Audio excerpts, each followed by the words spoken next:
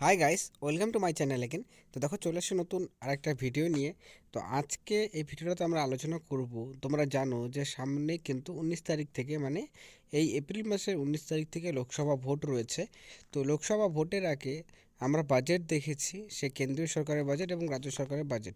হ্যাঁ, যদিও কিনা রাজ্য সরকারের বাজেটে অঙ্গনওয়াড়ি এবং আশা কর্মীদের বেতন বৃদ্ধি নিয়ে কোনো কিছু না করা হলে পরেও পরবর্তী সময় কিন্তু মুখ্যমন্ত্রীর দ্বারা কিন্তু সেখানে অঙ্গনওয়াড়ি কর্মীদের 750 টাকা এবং আশাকর্মীদের 750 টাকা, এবং তার সাথে সাথে অঙ্গনওয়াড়ি সহায়িকা যারা রয়েছেন তাদের কিন্তু 500 টাকা করে বেতন বৃদ্ধি করা হয়েছে মুখ্যমন্ত্রীর দ্বারা। ঠিক আছে।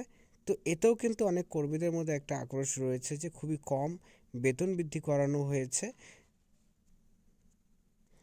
কিন্তু তা সত্ত্বেও কিন্তু এখানে বেতন যেহেতু বৃদ্ধি করা হয়েছে রাজ্য সরকারের তরফ থেকে, এই বিষয়টা কিন্তু কেন্দ্রীয় সরকারের তরফ থেকে কিন্তু 2018 পর থেকে আর কোনো রকমভাবে করে বেতন বৃদ্ধি করানো হয়নি। তো সেই দিক দিয়ে অনেকের মনে একটা কোশ্চেন রয়েছে যে যে বাজেটটা গেল, ঠিক আছে, ইন্টিরিয়াম বাজেট ছিল, সেটা তোমাদের আগের থেকেও তোমরা জানিয়েছিলাম।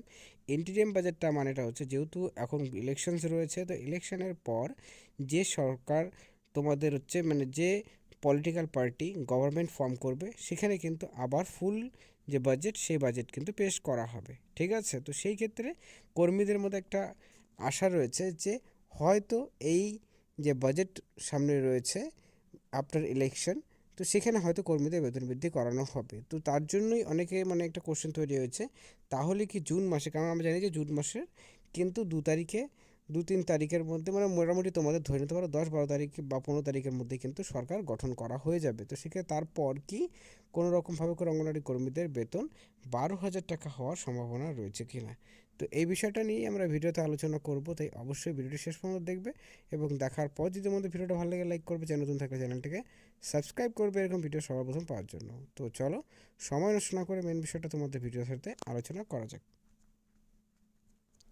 সো প্রথমত বলে দিচ্ছি যে জুন মাসে তোমরা জানো যে জুন মাসে তোমাদের যেটা একটু আগে বললাম যে ইলেকশনস রয়েছে। তো ইলেকশনের পরই কিন্তু ফুল বাজেট রয়েছে। তো সেই বাজেটে কিন্তু কর্মীদের বেতন বৃদ্ধি নিয়ে অবশ্যই একটা আশা রয়েছে, এবং এটার সম্ভাবনা কিন্তু তোমাদের 50-50 রয়েছে, এবং 50-50 থেকেও বেশি কিন্তু তোমরা বলতে পারো যে রয়েছে। কারণ প্রত্যেকটা রাজ্য সরকারের তরফ থেকে, বেশিরভাগ রাজ্য সরকারের তরফ থেকে আমরা দেখেছি যে লাস্ট কিছু বছর ধরে কিন্তু বেতন তারা বৃদ্ধি করেছেন, অল্প হলে বড়। ঠিক আছে। সিমিলারলি আমাদের ওয়েস্ট বেঙ্গলের তরফ থেকেও আমরা দেখেছি যে মুখ্যমন্ত্রীর দ্বারা কিন্তু অঙ্গনওয়াড়ি এবং আশা কর্মীদের কম হলে পরেও তিনি কিন্তু বেতন বৃদ্ধিটা করিয়েছেন। ঠিক আছে। তো সেই ক্ষেত্রে সকলেরই একটা আশা রয়েছে যে কেন্দ্র সরকারের তরফ থেকে হয়তো বেতন বৃদ্ধি করানো হতে পারে। তো এখানে সম্ভাবনা যেটা তৈরি হয়েছে যে অঙ্গনওয়াড়ি কর্মীদের কিন্তু 1 লাফে 2-3 হাজার টাকা মতন কিন্তু বেতন বৃদ্ধি করানো হতে পারে, কারণ দীর্ঘদিন ধরে কিন্তু কর্মীদের এটা দাবি দেওয়া রয়েছে, এবং লাস্ট 4-5 বছর ধরে কিন্তু কেন্দ্র সরকার দ্বারা কোনো রকম বেতন বৃদ্ধি করানো হয়নি।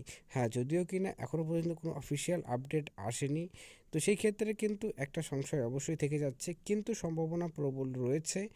50-50 আমি তোমাদের একটু আগে বললাম, কিন্তু তার চেয়ে বেশি কিন্তু তোমাদের চান্সেসটা রয়েছে যে তোমাদের এবার বেতন বৃদ্ধি কেন্দ্র সরকার তরফ থেকে করানো হতে পারে, সেটা কিন্তু সেই বাজেটে। ঠিক আছে। মানে ফুল যে বাজেটটা আসবে আপনার ইলেকশন, সে যে কোনো যেই পলিটিক্যাল পার্টি তোমাদের সরকার গঠন করুক না কেন, সেখানে কিন্তু বেতনটা সরাসরি বৃদ্ধি করার সম্ভাবনা অবশ্যই রয়েছে। সেক্ষেত্রে 12,000 টাকা কিন্তু ন্যূনতম হতে পারে। এবং এছাড়াও কিন্তু তোমাদের আগেও জানিয়েছিলাম যে আর একটা নতুন নিয়ম কিন্তু কেন্দ্র সরকার দ্বারা চালু করতে পারে।